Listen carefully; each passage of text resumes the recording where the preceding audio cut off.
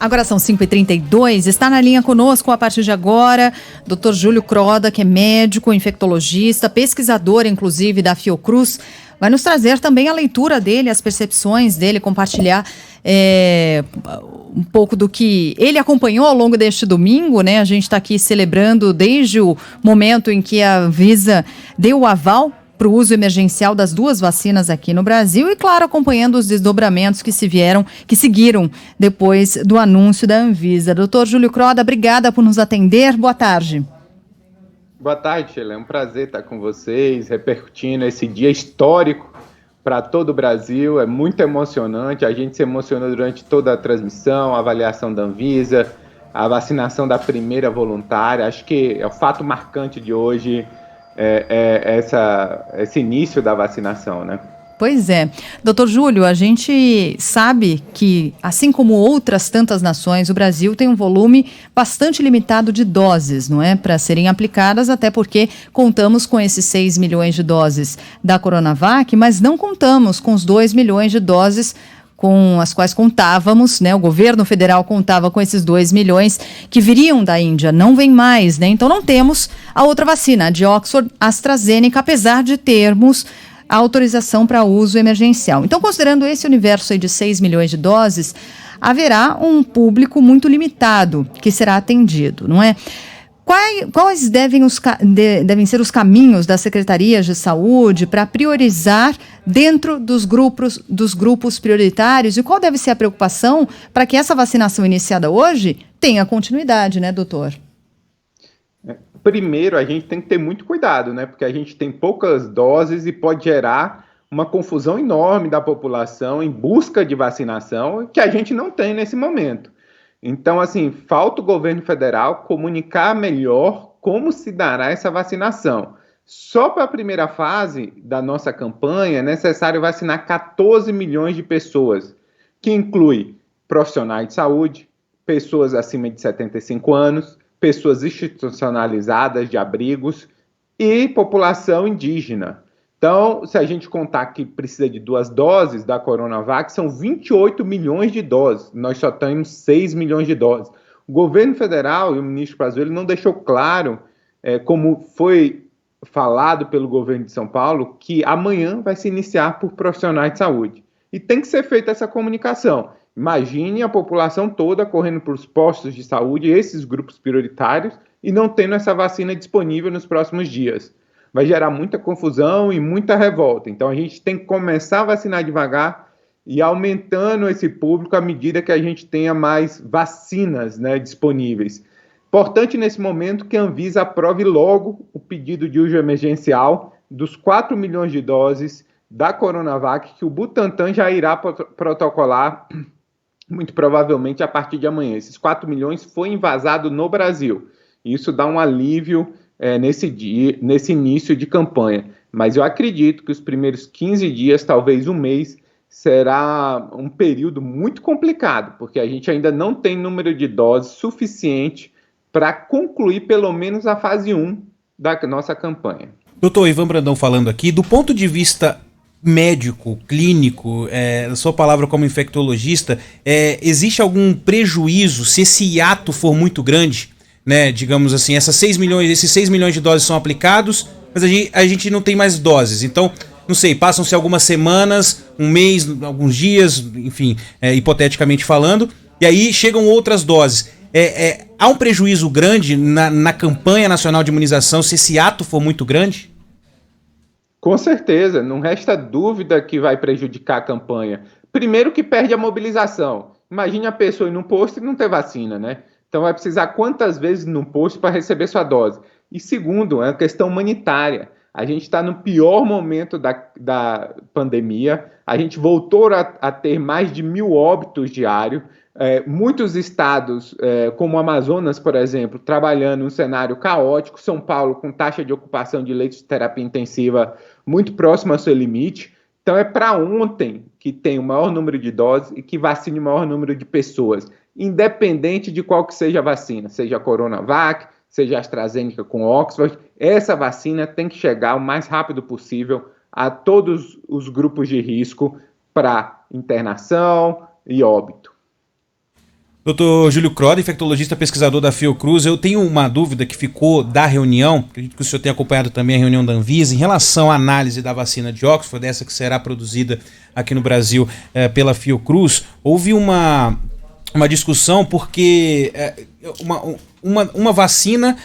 as que foram fornecidas, né, as informações fornecidas à Anvisa seriam de um lote produzido pelo Instituto Serum, mas a Anvisa ela havia, na verdade, feito a vistoria na fábrica de insumos chinesa, que apesar de ser a mesma vacina, são produtos diferentes. Isso poderia ter gerado algum problema, inclusive isso foi citado por todos os votos hoje na Agência de Vigilância Sanitária. Mas só para a gente entender também do ponto de vista médico, se há mesmo diferença entre esses produtos, quer dizer, a vacina de Oxford produzida pela AstraZeneca é diferente do Instituto Serum, será diferente da Fiocruz, e isso pode ser algum empecilho na hora da Anvisa analisar também esse processo que já é feito, né, do uso geral e não só do uso emergencial, para a Fiocruz fabricar essas vacinas aqui no Brasil. Quer dizer, tem muita diferença mesmo de um produto para o outro?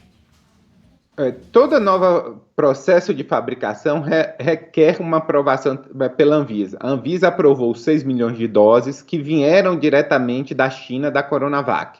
Aprovou os 2 milhões de doses que vêm da Serum Institute da Índia.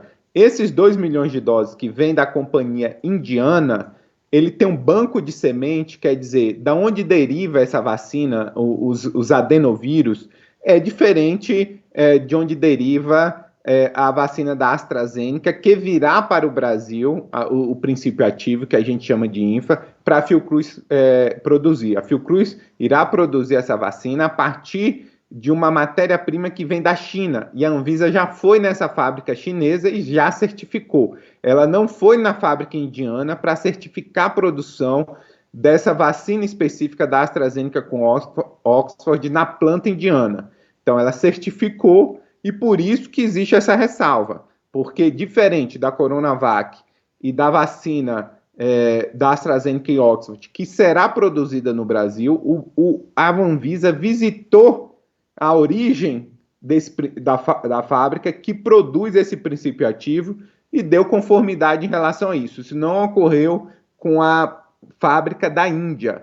Então, por isso que existem essas questões a serem esclarecidas, mas a gente está vivendo um momento de emergência. 2 milhões de doses da Índia não vai ter muito impacto. A gente precisa realmente que todos, tanto o Butantan como o Fiocruz, produzam em larga escala a vacina. E aí vai precisar novo registro, tanto do Butantan como da própria Fiocruz, que esse registro seja aprovado de forma emergencial para o envasamento a nível local, que essa é a proposta das duas instituições públicas. Bom, e aí muito possivelmente, doutor, me corrija se eu estiver errada, aí o processo vai ser um pouco mais rápido do que esse a que a gente assistiu para aprovação das duas vacinas? Eu acredito que sim, né? Porque é um processo de avaliar as boas práticas de produção local. Nesse sentido, é mais um envasamento propriamente dito, tanto da Fiocruz como do Instituto Butantan. As boas práticas de produção do princípio ativo, que a gente chama da INFA, já foi certificado pela Anvisa numa visita pontual que foi feita diretamente a esses laboratórios privados na China. Então, acredito que deve ser mais rápido e a gente espera que isso aconteça, porque o Butantan já tem produzido 4 milhões de doses disponível para sua distribuição, aguardando apenas a aprovação da Anvisa do uso emergencial. Dr. Júlio Croda, eu gostaria de ouvi-lo também sobre algo que foi dito pelos 5 diretores da Anvisa, né? Os diretores todos disseram que a vacina é necessária porque não há tratamento precoce contra a Covid. Todos eles repetiram exatamente isso de maneira mais enfática, menos enfática, mas todos deixaram claro, né? Por exemplo, a relatora Meiruzi de Freitas disse: até o momento não contamos com alternativa terapêutica aprovada disponível para prevenir ou tratar a doença causada pelo coronavírus. Quem também falou algo muito parecido, Romilson Mota: os aspectos de qualidade, eficácia e segurança dessas vacinas foram analisados de forma minuciosa, e aí segue ali em frente falando sobre como a utilização da vacina é fundamental pela ausência de alternativas para o tratamento precoce contra o coronavírus. Gostaria de ouvi-lo sobre isso, porque muitas vezes a gente recebe mensagens aqui dos nossos ouvintes. Até bravas, né? Até bravas. E assim, gente, a gente está todo mundo do mesmo lado. A gente quer uma vacina, a gente quer se ver livre desse negócio chamado coronavírus, mas a gente precisa respeitar a ciência, né, doutor? A gente tem que ser claro e transparente com a população. E é muito difícil a gente ter um antiviral para doenças agudas virais. A gente não tem isso, por exemplo, para a dengue, que já é uma doença que está aí há muito tempo, para a febre amarela. Para a influenza, nós temos uma medicação que só funciona nas primeiras 48 horas, que é o Tamiflu. Então, assim, para a maioria das doenças virais, infelizmente, nós não temos um tratamento viral específico. A Sociedade Brasileira de Infectologia vem se posicionando em relação a isso há muito tempo. Inclusive, o seu presidente e grande parte da diretoria foi ameaçada de morte por isso. Justamente por conta dessa politização. A gente tem que acreditar na ciência. A ciência traz as evidências que podem impactar a vida da população e diminuir o sofrimento da população. Então, você fazer uma política de governo baseado em tratamento precoce, mais recentemente, com o lançamento do aplicativo que induz esse tratamento precoce, na prática, é enganar a população. O próprio autor principal desse estudo, que é um francês, se retratou e está sendo investigado pelo Conselho Regional de Medicina da França. Então, não existe nenhuma evidência em relação ao tratamento precoce para o Covid-19. Não existe nenhum antiviral que previna a evolução. Então, dessa forma, a população tem que entender que a principal medida preventiva, além do distanciamento, do uso de máscara e de evitar aglomeração, nesse momento é a vacina. Então a gente tem que focar nossos esforços. Em vez da busca de uma bala de prata, trabalhar com a vacinação. Todos unidos para vacinar cada vez mais. É isso. Dr. Júlio Croda, infectologista, pesquisador da Fiocruz, conversou com a gente aqui na Band News FM. Um dia feliz para ficar guardado, né, doutor Júlio? Muito obrigado, viu, pela atenção aqui com o nosso ouvinte. Um bom final de semana para o senhor, um bom trabalho aí também ao longo da semana. Bom trabalho, um abraço a todos. Obrigada.